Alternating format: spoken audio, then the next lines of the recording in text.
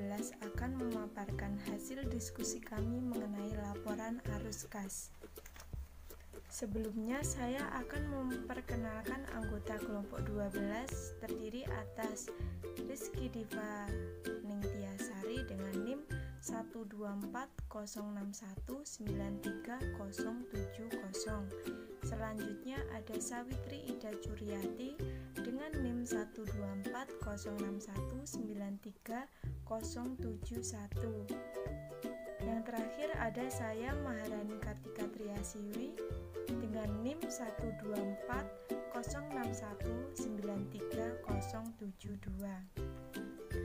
Baik, selanjutnya akan dipaparkan yang pertama Maharani, diikuti Rizky Diva, dan yang terakhir dipaparkan oleh Mbak Sawitri.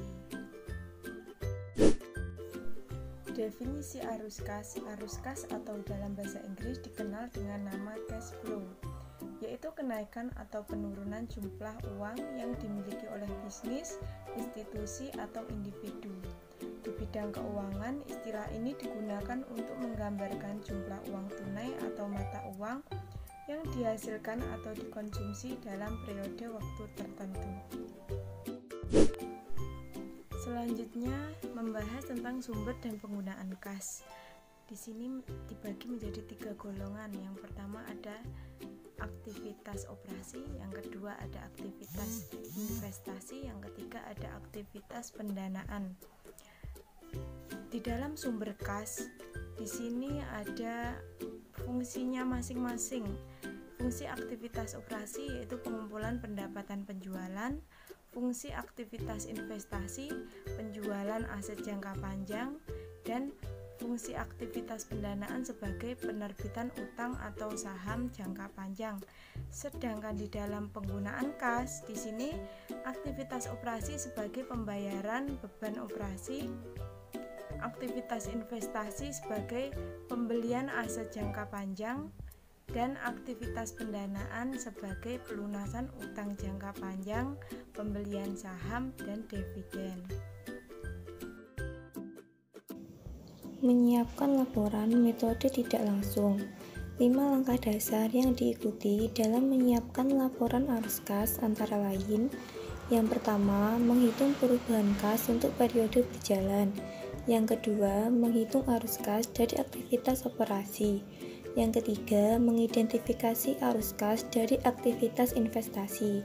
Yang keempat, mengidentifikasi arus kas dari aktivitas pendanaan. Dan yang terakhir, menyiapkan laporan arus kas berdasarkan 4 langkah sebelumnya. Selanjutnya, metode langsung. Metode langsung menghitung arus kas operasi dengan penyesuaian setiap baris pada laporan laba rugi untuk pendapatan dan beban yang tidak melibatkan arus kas masuk dan arus kas keluar.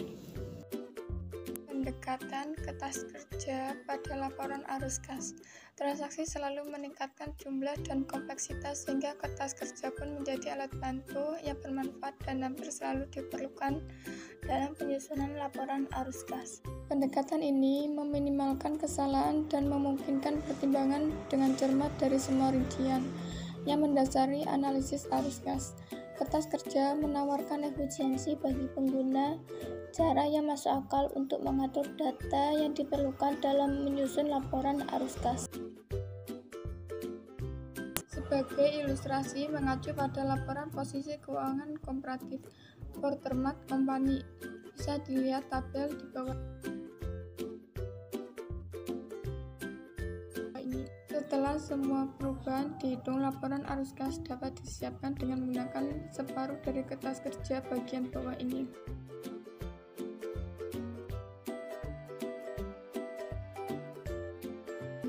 Laporan arus kas yang berasal dari kertas kerja Watermark Company bisa dilihat tabel di bawah ini.